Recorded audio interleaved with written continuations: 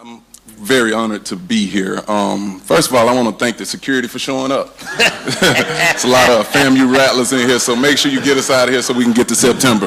All right, so I appreciate that. But thanks to the city. I mean, this is important. This is an unbelievable event, unbelievable football game. It's good to meet the people behind the scenes that make it all go, and I truly, truly appreciate you guys and ladies for everything that you do. This game has huge ramifications, and a lot of eyes is on that game in September. You know, to me, being part of this game for the last couple of years, it makes a lot of students, guys and gals that play the game, say it's okay to come to HBCUs. You know, when they see this game and see the quality that myself, that Jackson State and FAMU is putting on the field, it makes it okay. Let us know that we're doing things okay. So I'm just blessed to be here. My people, Dwayne, Jashelle Mitchell here with me, but I'm excited about it, being a first year head coach here. I understand the assignment. You know, I hear it every day from our alumni. So I'm excited about everything about this whole event. So I'm looking forward to September. So let's go. Coach, thank you very much. Well, greetings, everyone. I bring you greetings from the highest of Seven Hills. President Dr. Larry Robinson, Vice President, Athletic Director Tiffany Don Sykes, and again, all Rattlers across the nation. We're excited to be a part of this game. It's been stated time and time again how important this game is for the city of Miami Gardens, for South Florida, for these HBCUs, respective HBCUs, but HBCUs across the country.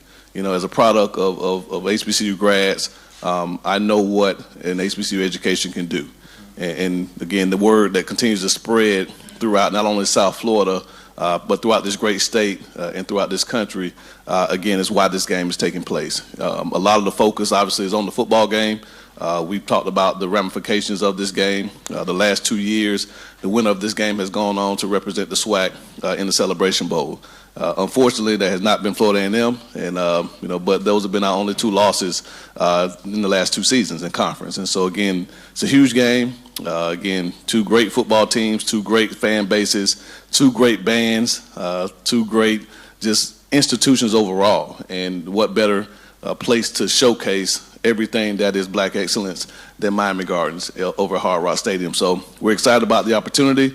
We look forward to a continued partnership, and again, just looking forward to coming down and turning the tides a little bit. We got some unfinished business, and we know what's at stake. So Rattlers, I appreciate you for showing up. Thank you for always being here to support. And security, we know underneath those suits is orange and green, so we appreciate you. And we in trouble then. Coaches, thank you very much.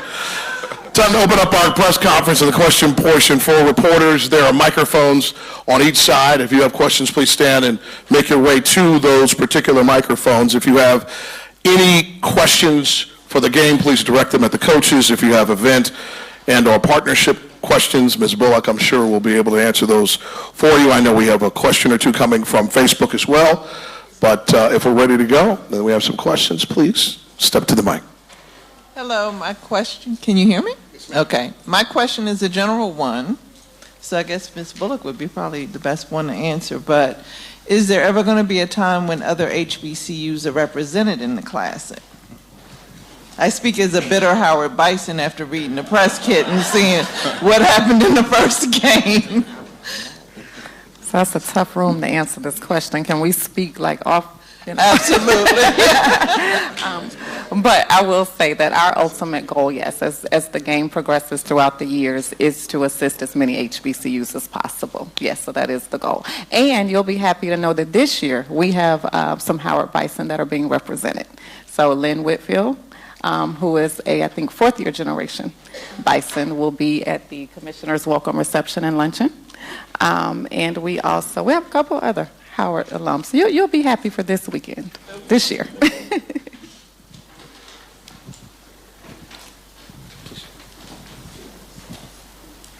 It's Ms. Bullock, right? You may be the best person to answer this question, but I think you spoke to $33 million in economic, I guess, influx to this community during this event. Correct.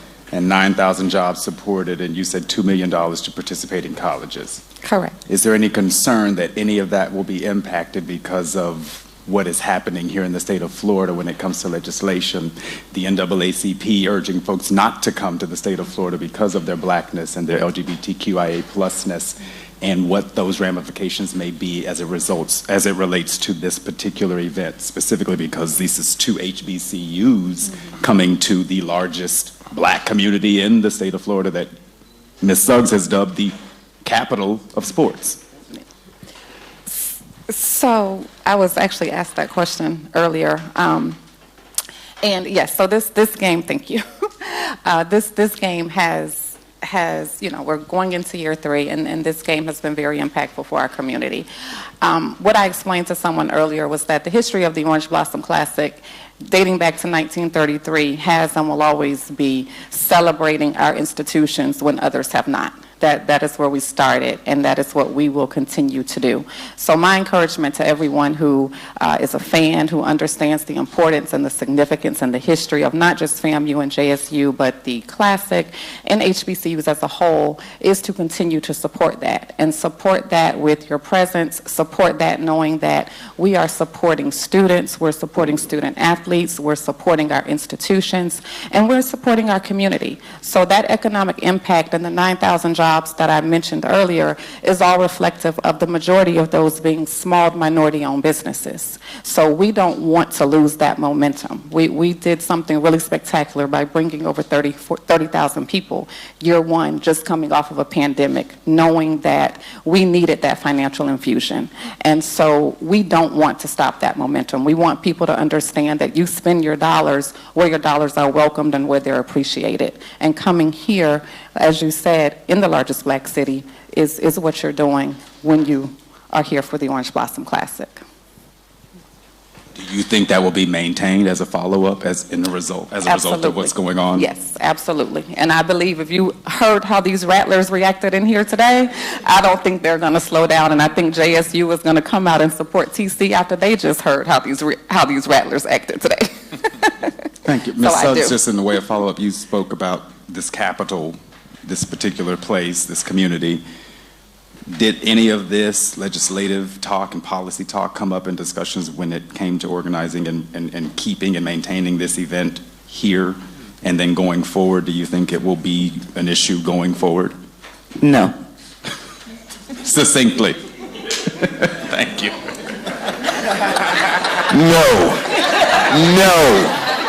No. Thank you, Chairman Gilbert. Next questions, please. Gotcha. And we had a question or two from Facebook as well. If we don't have any more questions from the press.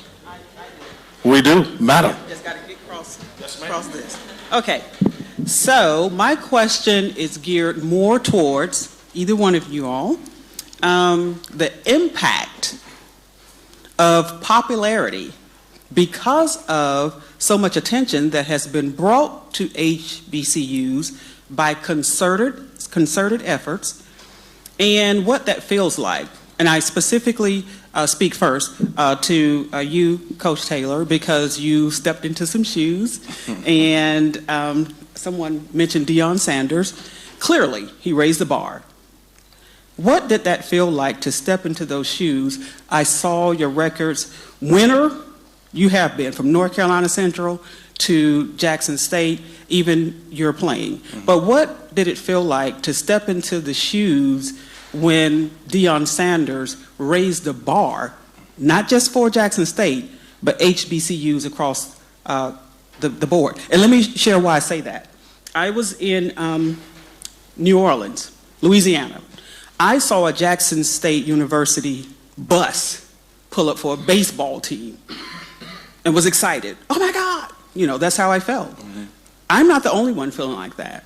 And this was only during HBCU Legacy Bowl, I think it was.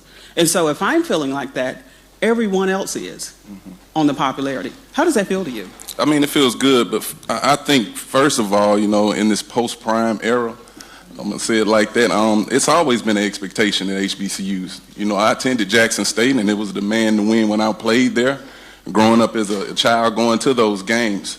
But he did bring a lot to the game, in the last couple of years for our program. I mean, you talk about the success he had to play in 2 Celebration Bowls and to continue to lead that charge. I mean, it's an unbelievable feeling. We're capitalizing basically because of our brand as well as the JSU brand, though. It's a lot of people across the country that knows and believes in what Jackson State is doing as a program. You see what we did in recruiting this past year, #1 signing class in HBCU. I'm very proud of that. But I'm ready to go. I'm excited about it. That time has passed, and we can't look back at that. I'm looking forward to 23 right now. Right. But, that everybody always asks me about that expectation, but that expectation has been there. That's what I be talking about when I say the bar is high at Jackson State, because it's been that way. Our alumni, our fans, they expect to win, and that's what we're going to do. Indeed. And Coach? Yeah, I first say it would be Howard Bison to start the press conference off with something non-football related, but that's a jab at Howard. I'm just joking. We're old MEAC foes, so but no, and TC said it best. Like I said, TC played at Jackson State. I grew up 20 minutes from Florida A&M. I knew about Florida A&M before I knew about any PWI. Because again, the legacy. I knew about Jake Gaither. I knew about Bob Hayes and Rudy Hubbard, and the legacy that was Florida A&M back when the game was started back in 1933. And so again, we're thankful to the awareness that has been brought forth, and but we've always been extremely proud of our brands. FAMU has been a worldwide brand, way before I was even thought of. And we can't go through the airport without a Rattler reaching out to us. You can't travel around the United States without a Rattler, acknowledging us. And so just what we've been able to do through the Orange Blossom Classic only furthers that, right? We are one of the few games that are on ESPN. And so to be able to be one of the first nationally televised football games of the season gives 2 phenomenal institutions a chance to show what we're all about. So a student in Spokane, Washington, who wants to be a business major may take a second look at Florida A&M, or a first look. May have never heard of the institution, but when they see the School of Business and Industry and what we've been able to do nationwide, our School of Architecture, Engineering, journalism, graphic design, that's what this game does, and that's what it allows. So the awareness that Coach Prime brought, we're appreciative of it because his voice allowed that to take place, and it's going to take more people like him that have that type of influence to continue to speak to what the goodness of HBCUs is truly all about. But Coach Taylor and I are going to do our job, and our job is to prepare our football teams to go out and represent our institutions in a first-class manner, and the same could be said about Dr. Chipman with the March of 100. And so this is a great opportunity, and we thank Ms. Bullock for the vision. I still remember her first meeting when she came and bombarded one of our alumni association meetings over there in West Palm and talked about this game. And so we're thankful to have it, and we're looking forward to representing Florida A&M once again. Okay, and one more question, follow-up. I was here last year, and I saw the game, and actually impressed. So the difference in last year and this year, I know you can't give me your, your game plays, but the difference in last year and this year against Jackson State. I'll say it simply. That was last year. Okay. And stop looking behind 4. Got it. Thank you. We do have, before I get to your question, one question from Facebook. Vaughn is writing. Thank you for doing so, Vaughn. First, Coach, for you, I will paraphrase. He was noting, how important would it be to get off to a good start in the Orange Blossom to really put yourself in position to be in the winning position at the end? Well, obviously, we both talked about it. This game has ultimately decided the SWAC East winner. And so it's imperative to not only start fast, but to sustain it. Obviously we're playing in the mecca of football here in Miami Gardens, but we're also playing right underneath the sun, it feels. So the heat that illuminates from being right here in South Florida will have a profound impact on the game. And so again, it's about our preparation. It's about, our hydration, about doing the little things right to give our football team the best chance to be successful. But it's going to be an emotional game. It's kind of flipped this year as opposed to last year, whereas, we had a week 0 game to kind of try to get ourselves ready.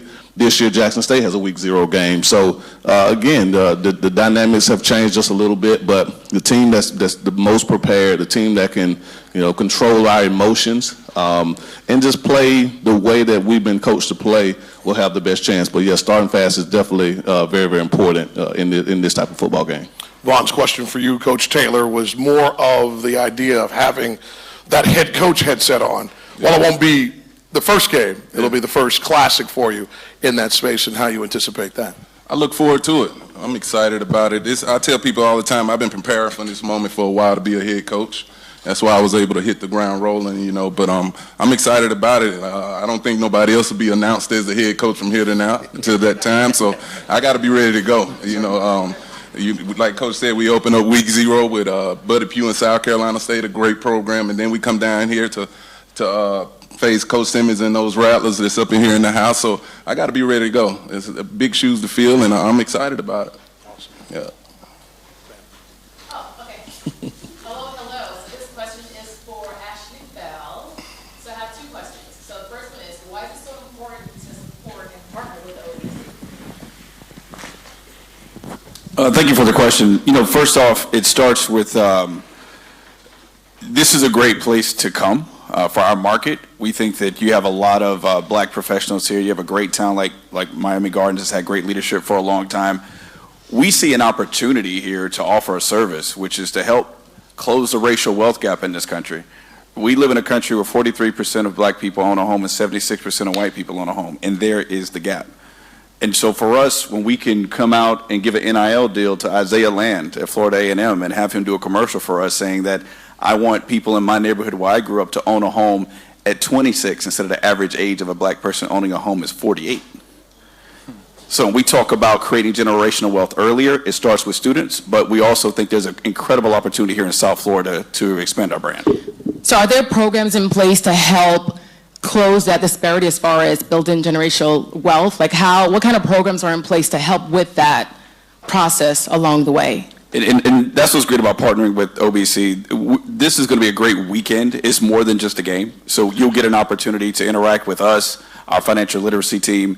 We gave out 1,000 tickets last year to high school students around South Florida because we wanted them to come to our events, learn about creating generational wealth, and to attend the game. We're going to do it again this year. It's about giving people opportunity to see HBCUs up close in a way they haven't been able to see them before. All right. So, and one more question. So tonight is a big night. We got the Heat versus the Celtics. So, I mean, who are you going for tonight? Like, what team are you on? Well, with the Lakers out, I'm with the Heat all day. Thank you. Thank you very much. Any other questions? Yes, sir. Coaches, based on, can you please talk a little bit about your offense and defensive line, how you expect to play those out? In addition, with all the fanfare, is there any wages among the coach, and if so, what it is? Who's that question for specifically? Both coaches. Okay. As far as wages, no, there are enough degrees Somebody of separation. washing their car. Well, somebody something. Well, again, all of us, we talk about being a family. Ashley Robinson, who's athletic director, obviously at Jackson State, gave me my first opportunity as a head football coach. I work with Dwayne. Miss Mitchell and I have a great relationship. So again, there are enough internal bragging rights that we don't have to do anything tangible. Just the 365 days of knowing that I got you, is enough for these two fan bases. But obviously, interior line play is going to be critical on both sides, right? So you're looking at probably, I would say, arguably the 2 best defensive lines, in HBCU football, arguably FCS football.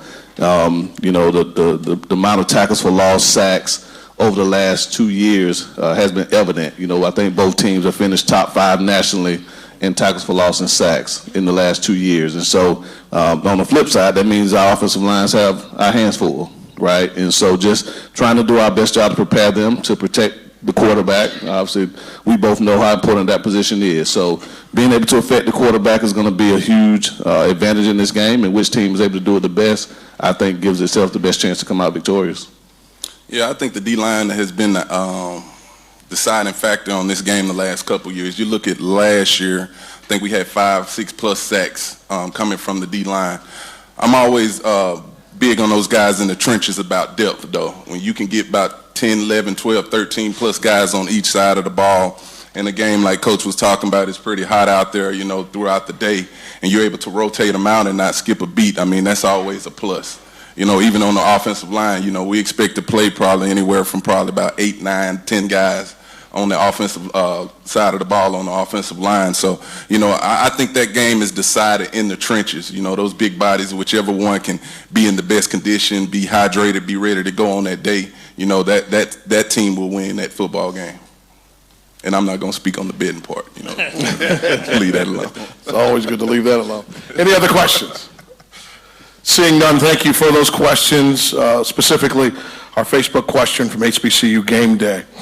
Distinguished guests, esteemed dignitaries, OBC Board of Directors, members of the press, thank you for participating in this Denny's Orange Bowl Classic presented by Ready Life Kickoff Press Conference. Please join us now for our reception.